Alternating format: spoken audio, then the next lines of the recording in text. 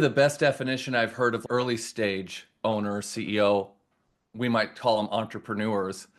The goal at the early stage is to take a product to market to see if people will buy it.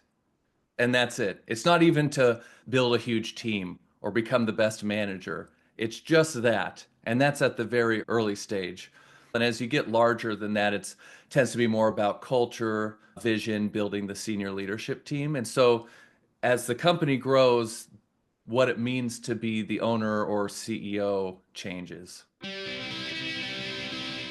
Welcome to the Great Talent, Great Business Podcast, your go-to resource for building exceptional teams and thriving businesses. Each episode delivers actionable insights on harnessing offshore talent, integrating innovative technology, cultivating a vibrant company culture, and attracting and retaining top performers. Subscribe now to never miss an episode. For more resources, visit greattalentpodcast.com, where you can download this episode's free worksheet designed to help you apply today's insight to your business. And now, here's your host, Rob Levin.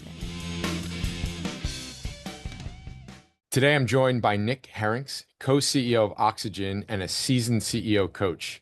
Nick is a serial entrepreneur with 2 successful exits under his belt and deep expertise in business scaling and leadership growth. Through Oxygen, he's helping organizations level up their managers to drive real results. He's also personally coached over 100 CEOs, guiding them through exits, fundraising rounds, and everything in between. Nick, welcome to the show. Thanks for having me. It's really cool to have a successful coach who's also been and still is a successful entrepreneur, because you obviously got a great perspective. Thanks. I wish I could say it was all masterminded, but it wasn't really. I just kind of started to follow the things that seemed fun, and it kind of led me here. Yeah. Right. Well, it seems to be working out pretty well for you. Of course, I'm sure there's been plenty bumps along the road. Nick, I'm going to ask you a question that I don't think I've asked any other guest, which is, what's the role of the business owner / CEO? Oh, that's really good. I think it depends on what stage of business they're in. I think that changes. Probably the best definition I've heard of early stage owner, CEO, we might call them entrepreneurs, is the goal at the early stage is to take a product to market to see if people will buy it. And that's it. It's not even to build a huge team or become the best manager. It's just that. And that's at the very early stage. That's 0 to 1. But then I usually see it change a little bit more into things like, okay, how do we scale? Business model starts to matter. Structure starts to matter. Being a good manager now starts to matter more and more when we're trying to scale. And as you get larger than that, it tends to be more about culture, vision, building the senior leadership team. And so as the company grows, what it means to be the owner or CEO changes. Yeah. And just for purposes of our discussion here, most of our audience is in that latter bucket. They're in that scaling up mode, and I guess we're going to talk about this next. They need to be in that growth of manager and leader mode. You know what? That's a great opportunity to jump in to that. When you are coaching an entrepreneur who's they've been around in business for 5-10 years, growing nicely, want to continue that growth, if not accelerate that growth, what are some of the things that they think are the challenge? And then what are some of the things that you end up finding are the real challenges? Okay, so a lot of times the challenges that they think, and I think they're correct. I don't think there's a lot of challenges that they're just wrong about. Right. A lot of times they're seeing challenges like, how do we get more predictable success in this company? I hear that, some version of that a lot. How do we get a more consistent pipeline coming in? How do we get it more smooth, like hand off sales to marketing? And we start talking about process kind of at that level. How do we just get this working better so it just requires less firefighting? I hear that quite a lot. I hear a lot of external focus from certain CEOs. What are competitors doing? They think a lot about their positioning. Maybe they're trying to see a few years down the road. What are we doing with AI? What's AI going to do to our business? What about the tariffs in the economy? So a lot of times they're doing a good job also looking outside, and they're seeing problems on the horizon and thinking very big picture in the marketplace. And I also hear a lot of times there's challenges. It's almost easier to talk about what they think is going well. I will say, like this list Right. could keep going. A lot of the challenges include the leadership team. That comes up all the time. The senior leadership team. Do I have the right people on the team? People are at different levels. Are my leaders pushing me or am I pushing them? That comes up a lot. How long do I give like a new chief revenue officer or a new VP of sales before I know if they're doing a good job or not? I hear issues with like founder mode most recently. How involved do I personally get? Because everyone seems to not care as much as me, and it could never be going fast enough. So that's a lot of what I hear from them. And I think those are all real. I don't think there's anything in there that is a miss. Right. But I do think what gets missed is down in the organization. There's a loss of visibility into how things are really happening at your company. And then there's confusion about, and you're hearing things from your leaders. Sometimes they're maybe not even involved a few layers down to know really what's happening. And then we're really at risk of focusing on the wrong things. We tend to think things are a people problem when often they're a process problem. That's one of the biggest mistakes I find. A perfect example of that is when we dig into scaling pains, when people are going through whitewater and things are breaking. One of the things I kept seeing as a root cause was all these managers getting promoted into management for the first time, usually the high potential individual contributor, and they get promoted with little to no training or development. And then we wonder why things are breaking and things are slowing down and there's more team drama. And it seems obvious when you say it, but that's not our first knee-jerk reaction as CEOs at that level is to pick out something like that as a root cause. Yep. You just threw a lot out there. I want to come back to a few of these things. I'll do them one at a time. You said something that really got my interest, which is, are they, meaning the leadership team, let's go back from managers up to the leadership Sure. team, come back to the managers. Are the leaders pushing me or am I pushing them? Tell us a little bit more about that. Yeah, I'll never forget for me when I'd hired my first leader that I felt actually was pushed. It felt like they cared more about their job than I did. And I'll never forget that because it wasn't the same. My bar for the leaders that I bring on in the company after that happened was forever raised because I knew what it was like. I knew what it should feel like.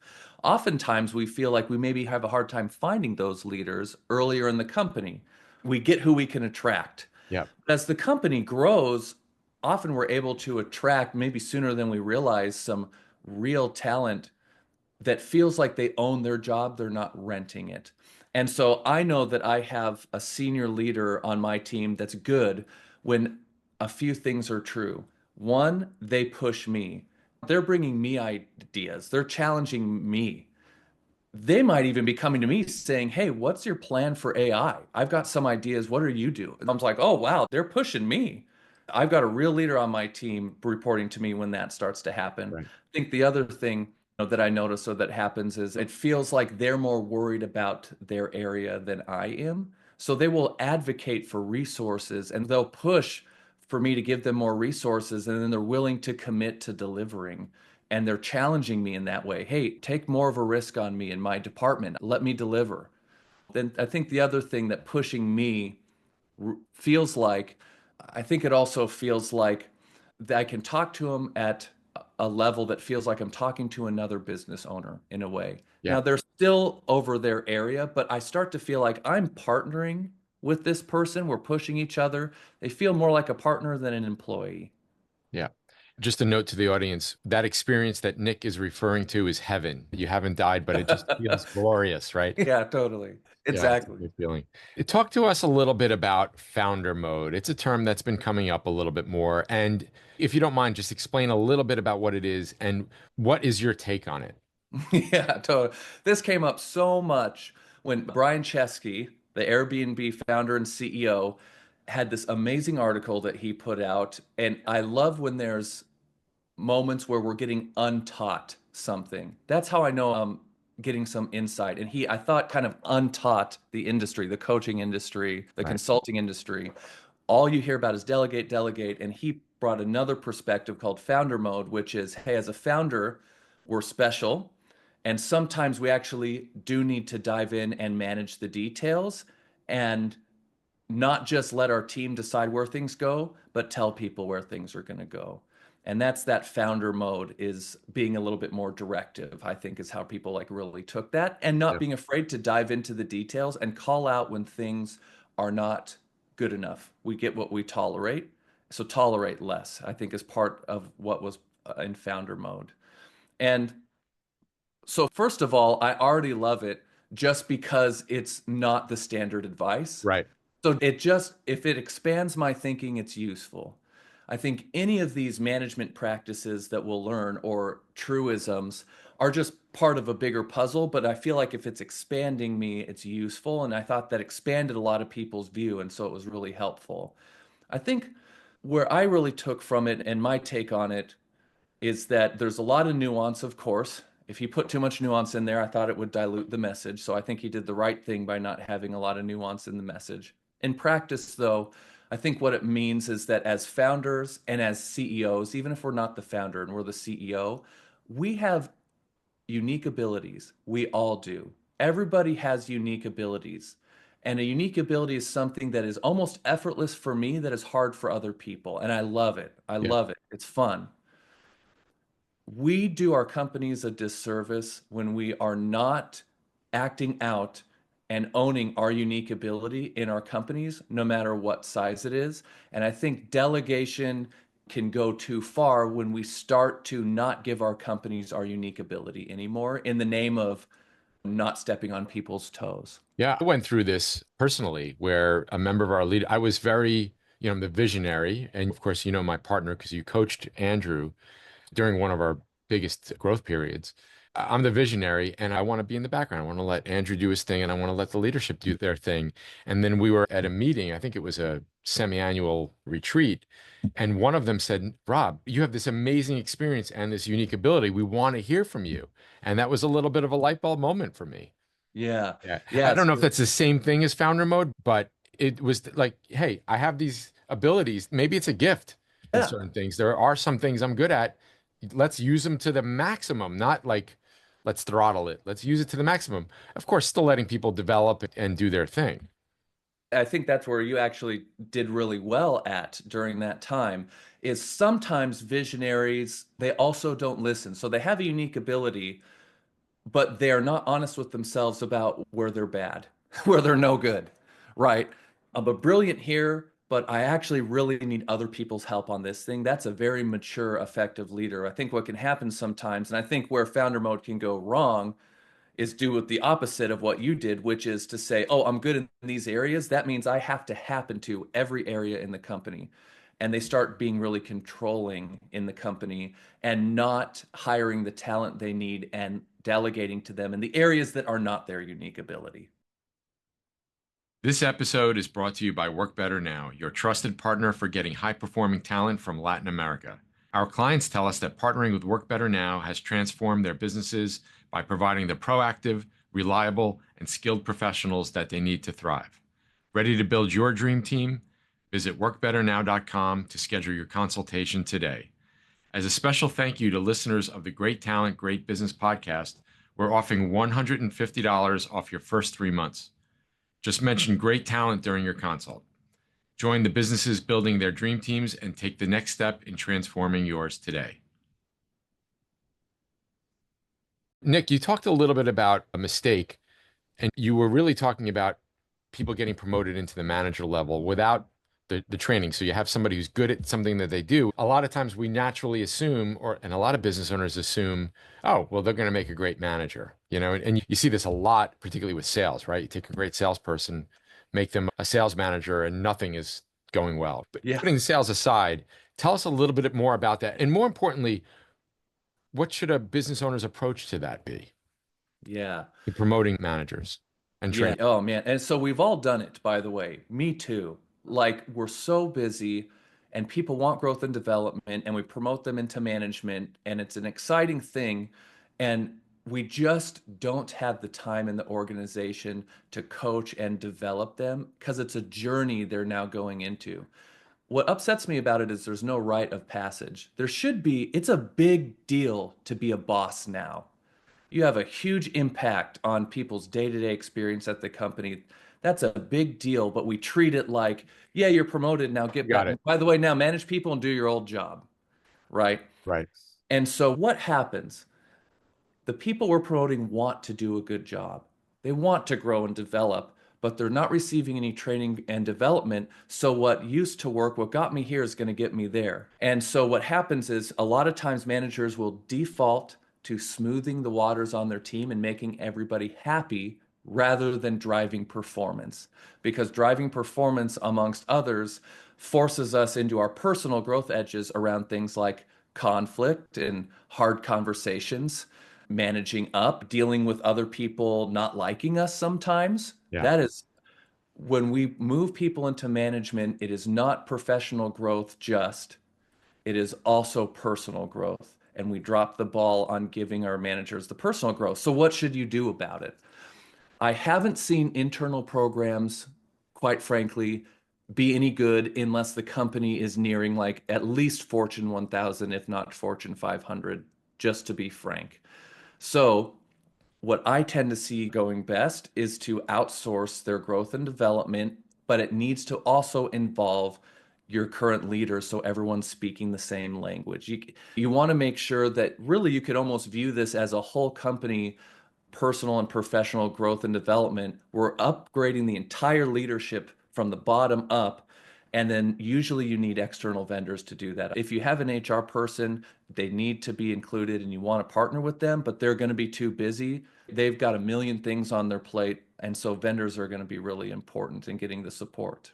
Yeah, that's really powerful. Now, real quick, Nick, what about going from the management level to the leadership level? In your experience, have you put people through another training program, or is it a little bit different when you're going to that next level? It's different. The process can look similar, the structure can be different, and I do view those as separate journeys. So going from individual contributor to just high impact, highly effective manager, that is its own journey. It is a different one when we start talking about go from high impact manager to a leader. How are those different?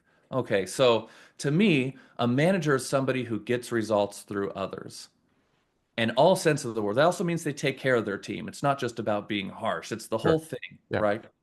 Leadership is different. Leadership is about articulating and holding a clear vision and creating an effective strategy and helping others buy into that strategy and build the team to execute on that. Very different. Yep. And Yep. those are two totally different learning journeys and, Yep. and different topics, quite frankly. Do you recommend to owners that when they're promoting people who are great managers into leadership, should they be investing in external training for those people as well? Or is that a little different? Is that more now the owner kind of mentoring and coaching him or herself? This is a great question. It depends on the unique ability of the owner. Makes If the sense. owner is, if their unique ability, and there's plenty of CEOs and leaders like we can pull from a ton of them, but if your unique ability as an owner is to be a coach, you probably need a little bit less external support. You might do that naturally because you have that skill set. You have that unique ability because you love spending time with your team in one-on-ones and helping them through their issues. And you love that. A lot of leaders, though, part of why they're successful is because they're looking outside the company, which is just great too. Yeah. A lot of them might be product people, fantastic. Nothing's good or bad here. It's just about knowing where unique ability. So if your unique ability isn't to be the coach, guru, personal growth, meet people where they are, be patient. If that's not your unique ability, it needs to be outsourced. It makes sense. Nick, so many companies, including all of our clients, are working in a remote or hybrid environment.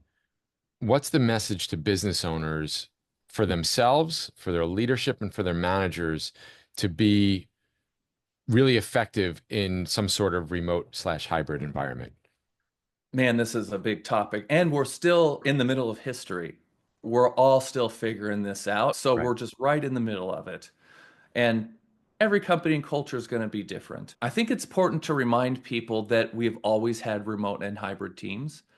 I worked with many global companies, for example, where I might be working with a team that well before the pandemic already had people all over the world hopping on calls and Right. working together. So we forget sometimes this actually isn't that new. It's been actually happening for a long time and effectively. So here's kind of what I think on the remote side of things. Clear and open and honest communication is more important than ever because we don't get the nonverbal as well. If I'm not in person with you, I can't pick up the energy the same. If the team's not together, we're not feeding off each other in the same way. And so I think the skill set for managers and leaders and us CEOs and owners is it's on us to actually be much more clear and communicative with our team, to maybe to the point of even feeling like we're repeating ourselves. Yeah, I've said to everybody that one of the keys to certainly managing Work Better Now certified professionals is over communicate. Exactly. It makes a big difference. It's also about how we're communicating clearly whether other things are going well or not. We need to be specific. It's not just about the volume of communication. I think some people think more Right. meetings. I don't mean more meetings. I mean better communication. And I think those are different things. I think that's one of the number one things that's really important. I do think in-person time matters. The data proves that out. Mhm. Less than maybe we felt. Less is what the data says. Right. And so getting the team together or teams together on a semi-regular interval, even if it's a couple times a year, every time my clients that I work with do that, every time I've done that, the ROI, everybody says that was incredible and amazing. Twice a year was probably enough. Once a quarter, that's pretty good for people to be traveling and stuff like that. A little kind of goes a long way, and then you get diminishing returns for a hybrid team. Yeah, Or I'll share the Work Better Now experience where everybody works remotely and half of our leadership team is in Latin America and we get together semi-annually, so every 6 months, and we get a lot done obviously throughout the year, but it's amazing how much we accomplish when we get together in person just for, 3 days or so. yeah. And I think what Work Better Now does a really good job of, it's interviewing and vetting process. And so this is where I see sometimes if I'm talking to a CEO and they're having an issue somewhere with people struggling with the remote aspect of their job, maybe they feel like they're less efficient. They are actually less efficient, less responsive. I find that certain people, I think this is intuitive to all of us, some of us do really well working remote and some just don't. So for some people, it's a better fit to be in an office. So rather than talking about one size fits all, we tend to get into the extremes of like remote's good. Oh, it's actually always terrible. And like everyone needs to come back in the office. I think defining what kind of workplace you want to be for you, what's the culture that you want and why, and then hiring to fit into that. Right. If you have a remote or a hybrid culture, you should probably be interviewing for people that do well in that environment out of the get-go. And Yep. then all of a sudden it feels really easy. That's something that our recruiting department has done an exceptional job of is Oh, yeah. being able to identify whether somebody will do well in a remote environment or not. Nick, switching gears a little bit, you have had two successful exits. What do business owners need to think about when it comes to their management team and their leadership team, and really the talent overall in the company, if they are planning on exiting, the next 3 years or so? 3 years, actually, I think it's a good timeline right now. If you're thinking about exiting, I think that's going to be a next good time to sell. Okay, so every business is different. I'll do my best to what's universal, and every CEO is different. People will get caught up when we're talking about exits. People get caught up in like, what does the buyer want? Do they want an earnout or not, or what's common? And people get stuck on that. I think the important thing to remember is every buyer is different, every deal is different, and the terms are different. And so don't get too caught up in like what some M&A person says you need to do. Every buyer I've seen all over the board in terms of founder involvement or not, or team or whatever. So what I think matters more is rather than looking outside to look inside.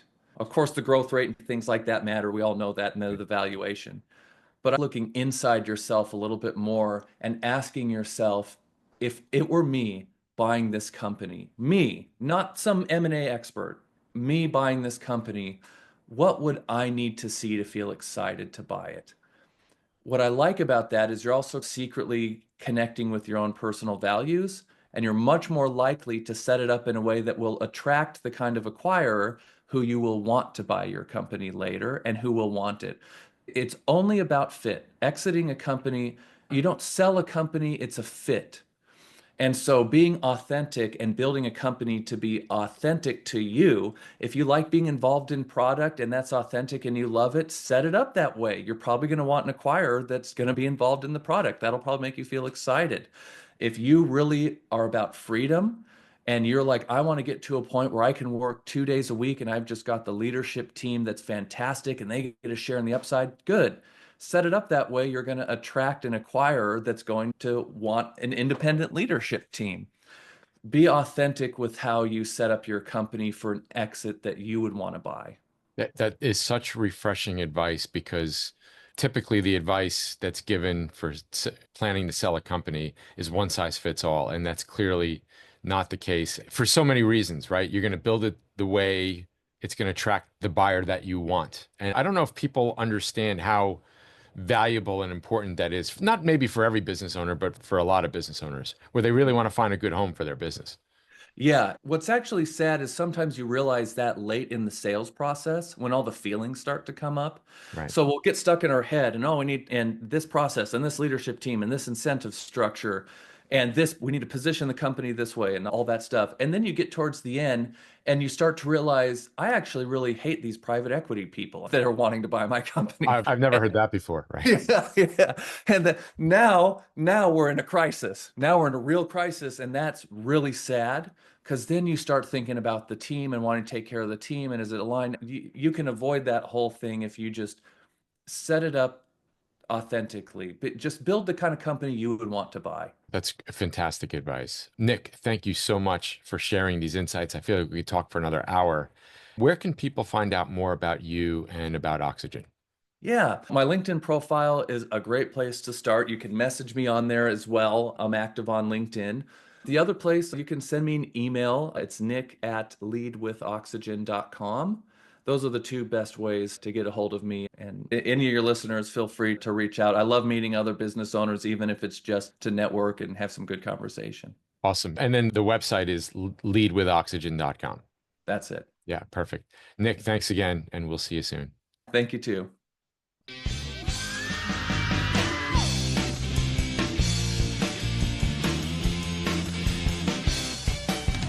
Thanks for listening. The Great Talent, Great Business podcast is brought to you by Work Better Now.